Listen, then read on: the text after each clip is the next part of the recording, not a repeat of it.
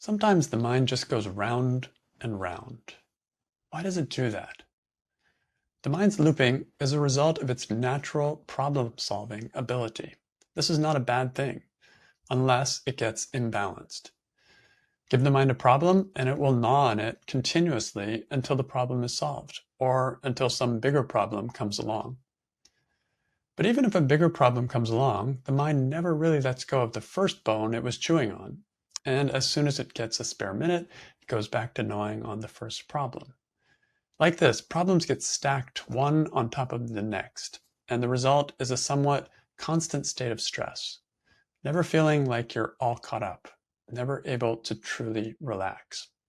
And I think this is especially true in this modern age where we're faced with so many kinds of problems, small little problems, bigger problems, and it can be from the moment you wake up to the moment you go to sleep, you're always working on some kind of problem. So there are two ways to deal with this.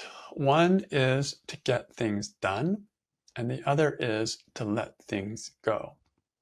Both are very valid approaches to more peace of mind, and personally, I use both every day. Let's talk about the first one first, getting things done. Many years ago, I read the book Getting Things Done by David Allen, and it was very insightful. Then I also worked with Mike Solomon for a couple of years with his methods of working efficiently in the storm, as he liked to call it. Through these resources, I came to understand that the mind's constant looping comes from all the partially completed tasks in the brain's to-do box. With so many different areas calling for attention, it's hard to deal with any of them effectively.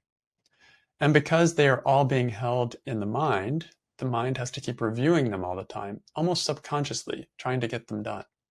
The experience is looping and stress.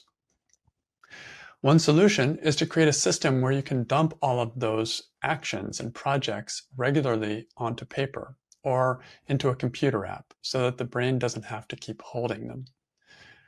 Then you can reorganize them and just focus on doing the next step of each project that makes the priority cut. And I've had a lot of good success with this kind of system. The other way of dealing with this kind of stress is letting things go. So let's look at that now. Equally important, and sometimes overlooked, is this idea of letting something go when the mind is chewing and chewing and chewing on it. The mind comes up with tons of great ideas all the time, but there's only so much time to get them done. One way to deal with this is by prioritizing. By choosing certain projects over others, there is a kind of letting go that naturally happens. I figure, at least I'm getting the important things done. I can live with other stuff not getting done. But there are places where this breaks down for me. Basically, anytime I deal with stuff that is impossible to do. For example, when my mom died, my top priority on my mental to-do list was to bring her back to life. That's why I obsessively replayed the accident that she had over and over in my mind in hopes of somehow preventing it. This is irrational, but it doesn't stop the mind from continuing to work on it.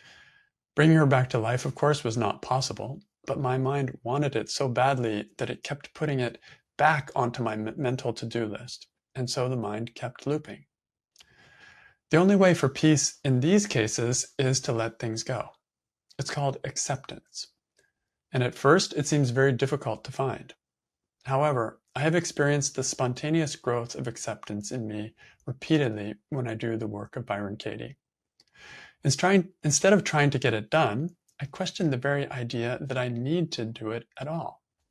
For example, when I was mourning my mom's death, I questioned, I need to understand it. And I found that the turnaround, I don't need to understand it, that was the accident and how it happened, was much truer and very liberating. Suddenly, that impossible task was taken off of my mental to-do list, and my load lightened immediately. As long as I believe that I need or even want what I currently am unable to have, I can feel stressed. And as soon as I question those beliefs, I feel free again. The work is a helpful tool for letting go when there's nothing you can do to get things done. And I end with a quote from You'll recognize, many of you, the serenity prayer. God, grant me the serenity to accept the things I cannot change, courage to change the things I can, and wisdom to know the difference.